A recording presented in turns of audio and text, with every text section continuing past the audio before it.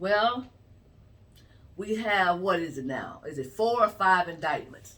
I've lost count how many indictments we have right now. But I really don't know what the end game is for the Democrats. I don't know what it is because every time Trump gets indicted, of course his poll numbers go up. And now Fannie Willis, is that her name?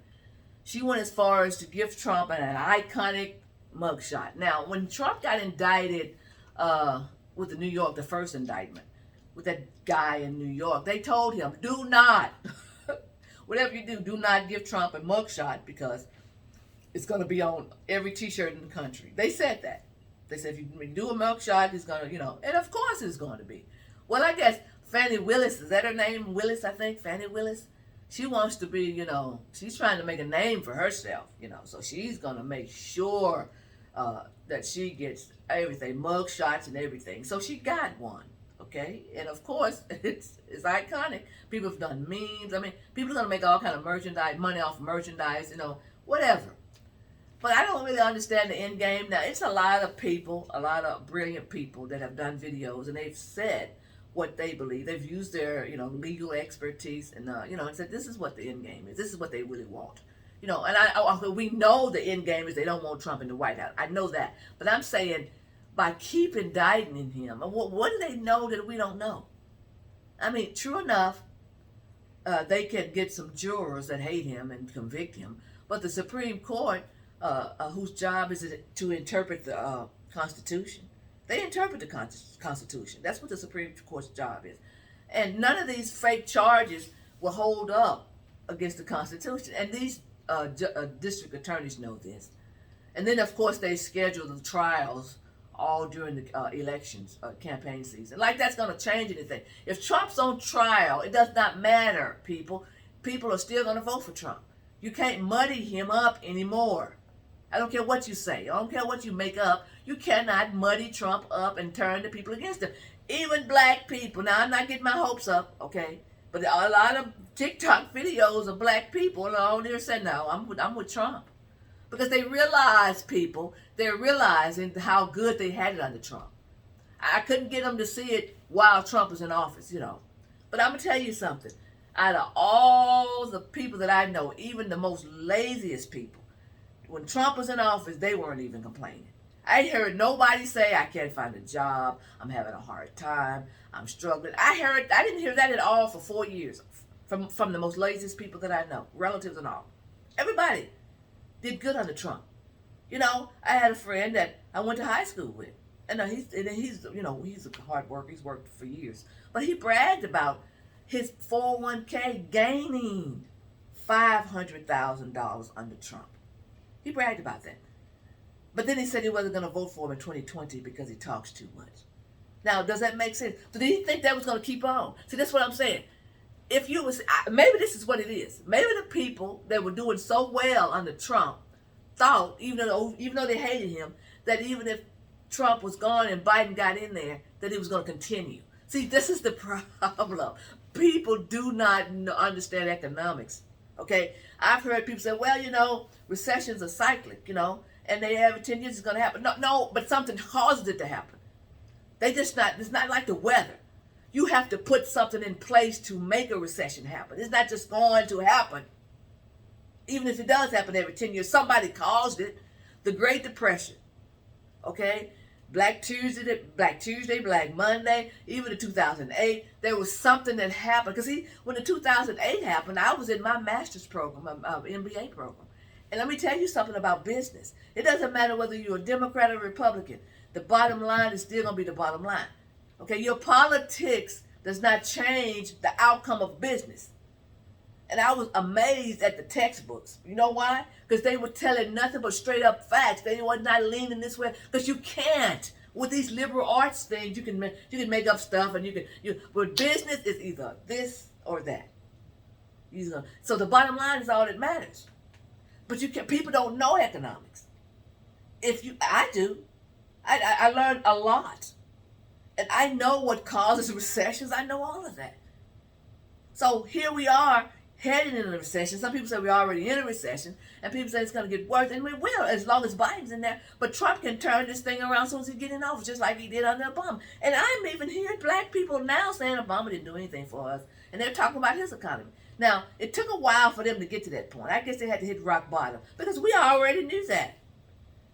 We already knew Obama didn't do anything.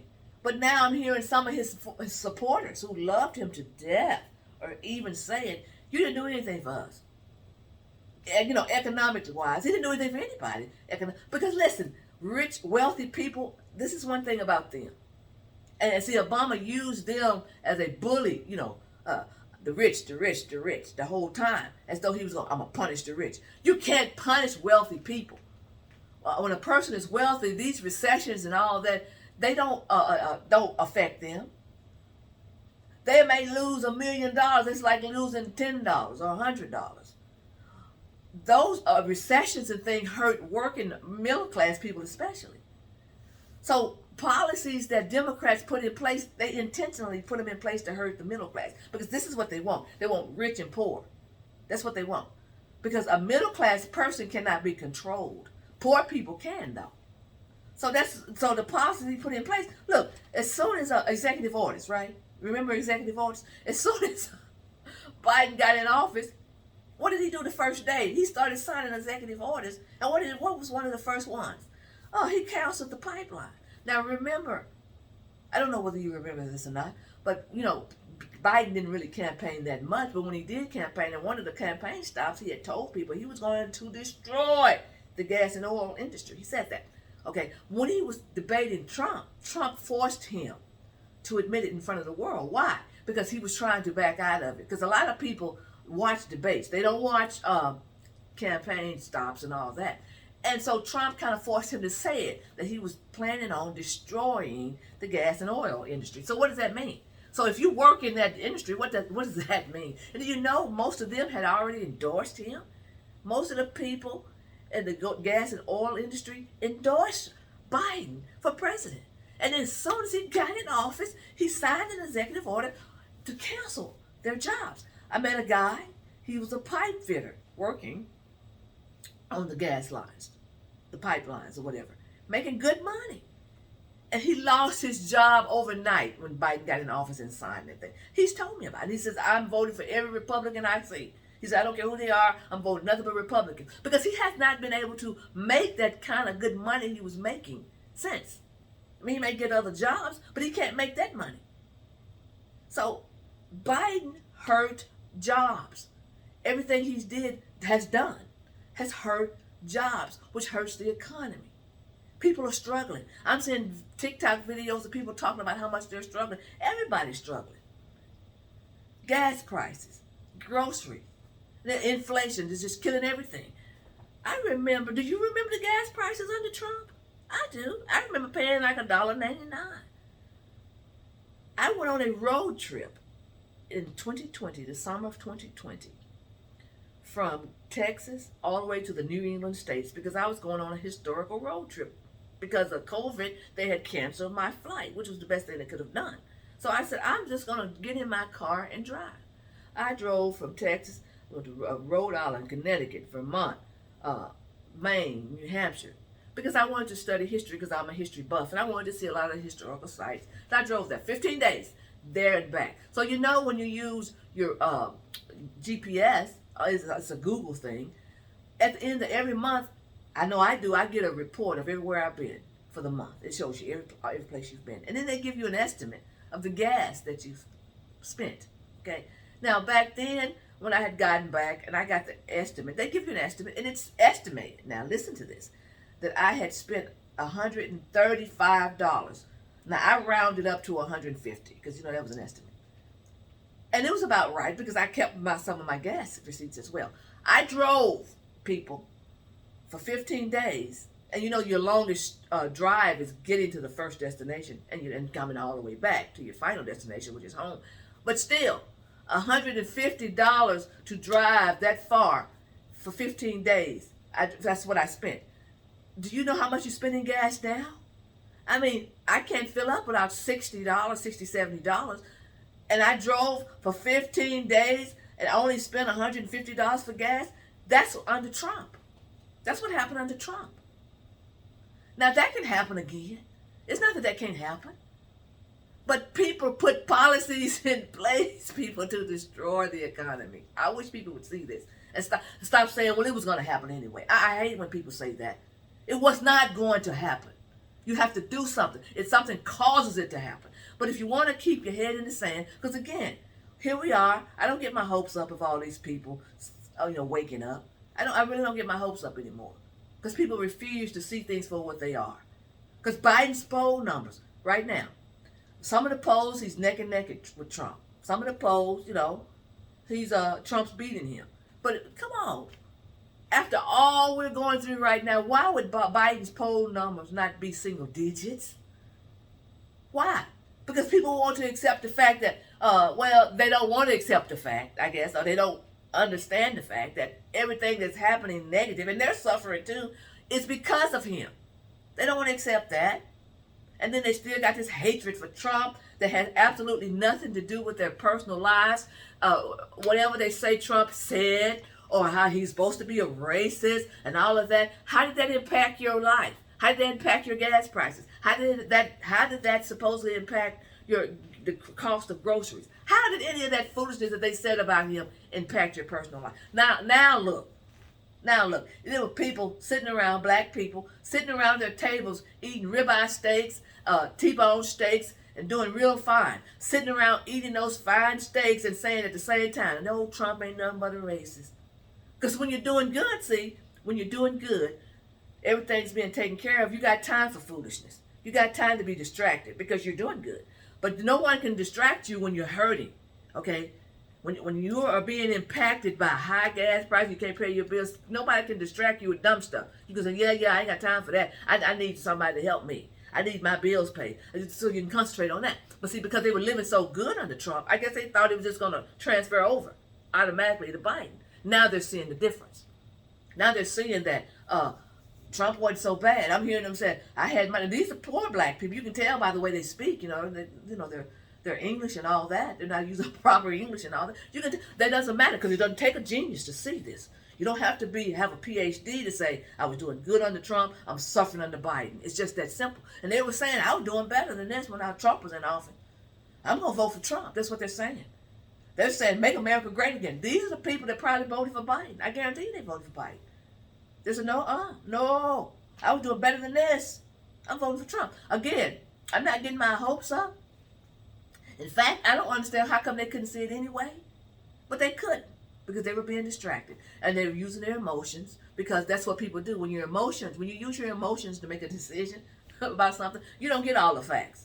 You don't say, well, what about this and what about that? You just say, yeah, I'm going to vote for him. I need to get rid of Trump. Because if they had been using common sense or even logic while they were doing really good, eating those steaks and all that, and Trump was in office, so when it was time to go vote, and they were saying, get him out of office. Because I heard them say, we got to get rid of him. Vote him out. Common sense would have said, vote him out. And my 401k is doing this good. I have all this low gas. I'm paying low for gas. All of this. Why would I be getting them out? But see, emotions was involved because they were doing so well. They could say, okay, focus on this. You don't have to worry about your gas prices. Focus on this. You can pay your mortgage. You can pay your rent. Focus over here on racism. And they did it. But you make the worst decisions when you're not focused, when you focus on let your emotions rule you and you don't focus on facts. I bought a car like that. Oh, I bought this little car. I was in love with it because it was so cute. And that's all I thought about. I didn't ask any questions about what it did or what it couldn't do or about anything. I test drove it on one Sunday after church. I had to have it. And I got it. Okay? I had that car for about 3 years. And I didn't even know it had a navigation system. You know how I found out it had a navigation system in? I didn't know it. I didn't know what that thing was.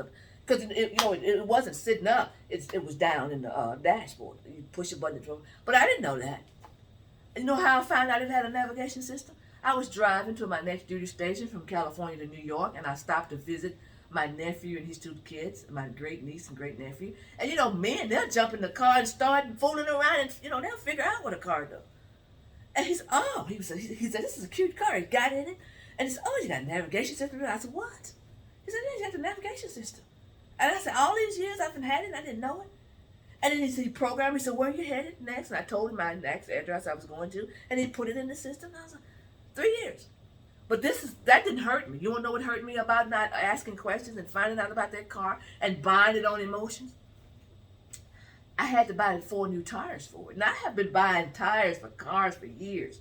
And I have never spent over $250, maybe $300 max. I don't even think I've ever spent $300 at that time to put 4 new tires around my car. This was a small car.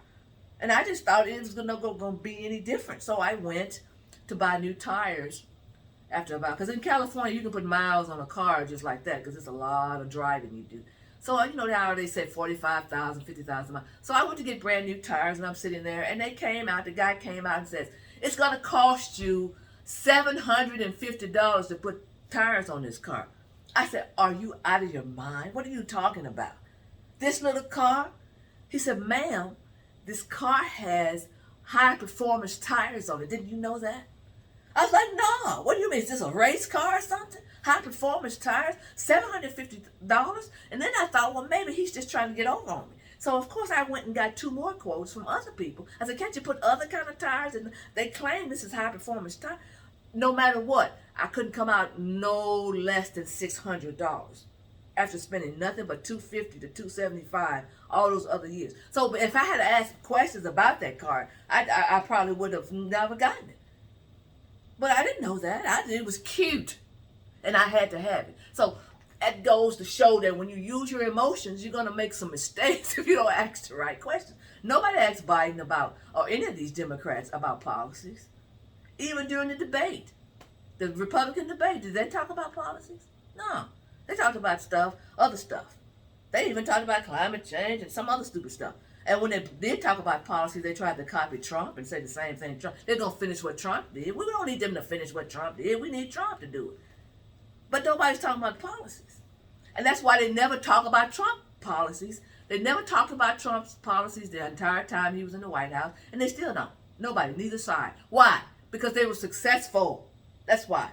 They were successful. They can't talk about policies when they talk about Trump. Even when he was in office, they talked about he tweeted all the time. But they didn't tell you what he was tweeting. Trump tweeted every day about what he was doing. He was letting the American people know whom he works for.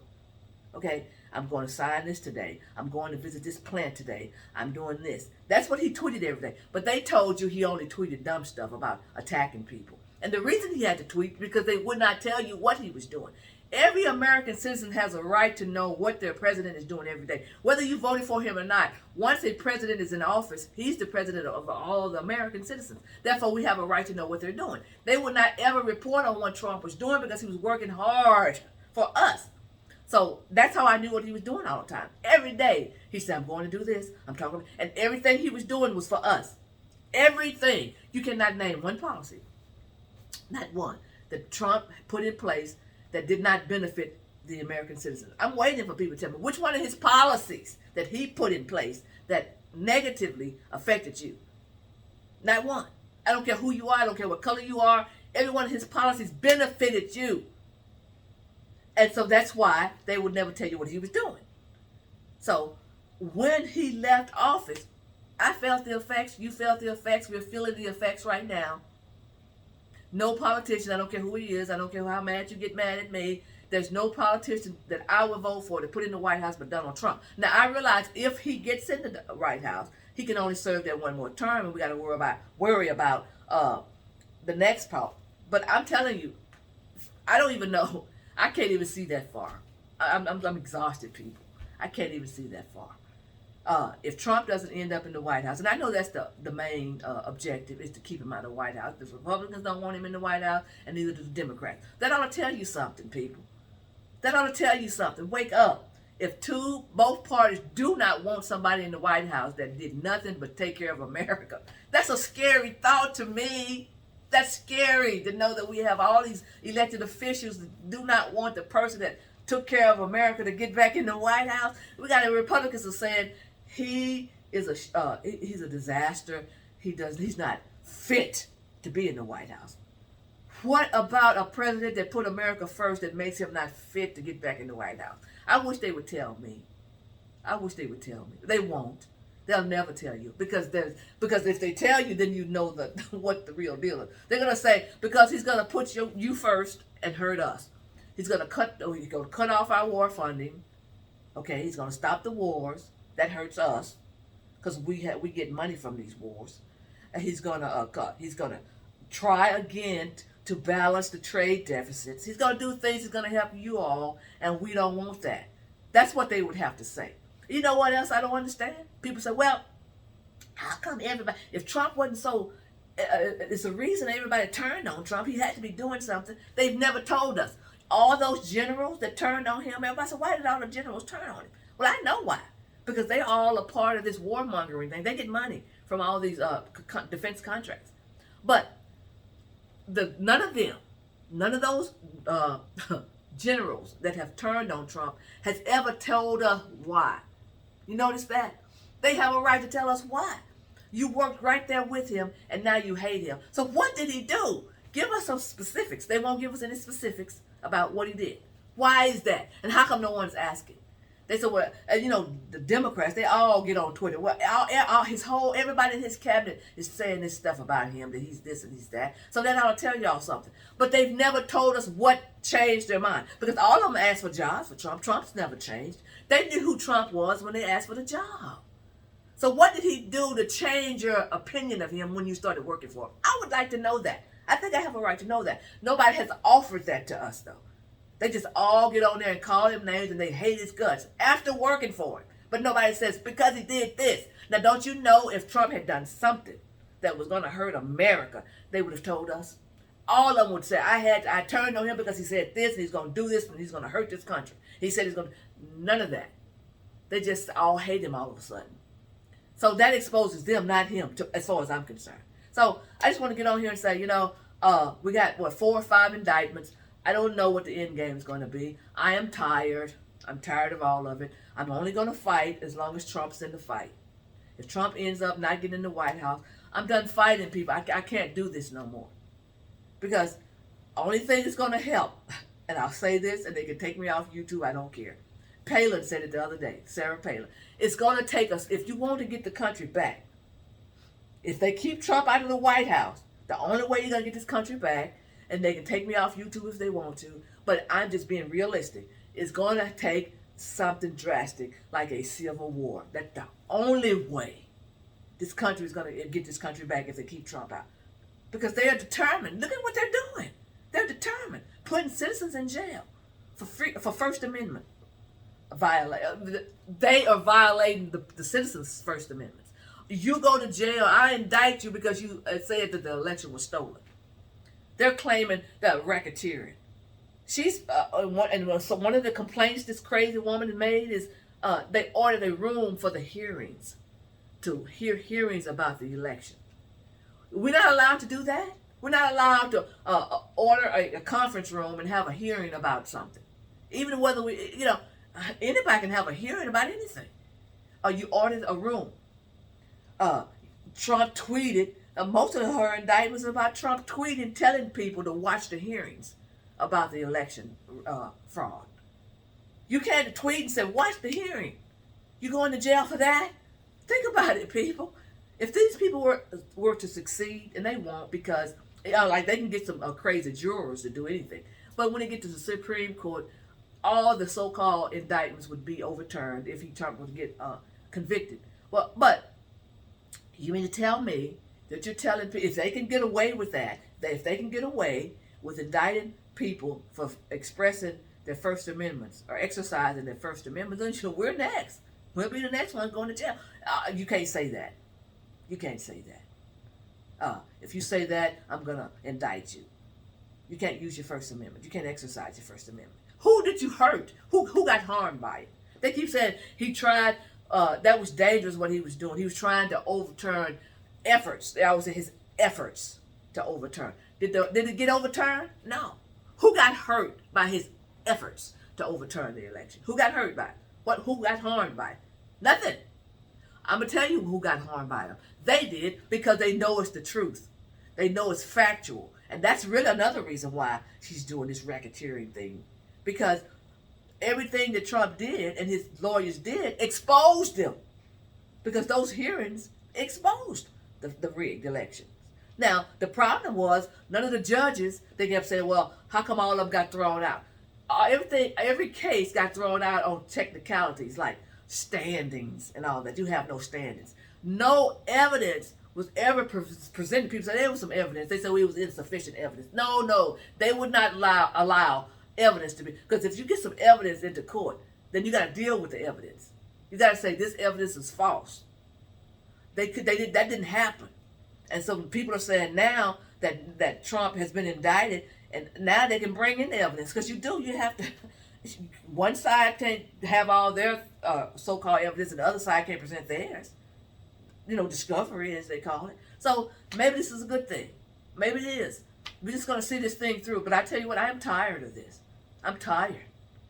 And I'm telling you, if you want this country back, you're going to have to do some more than just try to vote, because they're going to try to rig the votes. They're going to do everything they can. And it's time for a revolution. I'm sorry. That's just it. If I get kicked off of YouTube for saying it, that's just the facts, people. Until you rise up. Because they're not afraid of us. They're not afraid of us. That's why they're doing all these things. You're thinking, well, when are they going to stop? Don't they see that this is wrong? That they're going against the Constitution? They're punishing people for their constitutional rights? Don't they see that? Yeah, they see it. They don't care. They don't care. So that's my spiel. That's my spiel. So I just want to get on here and say this rant. Nothing really new. You all know what's going on. Have a blessed day.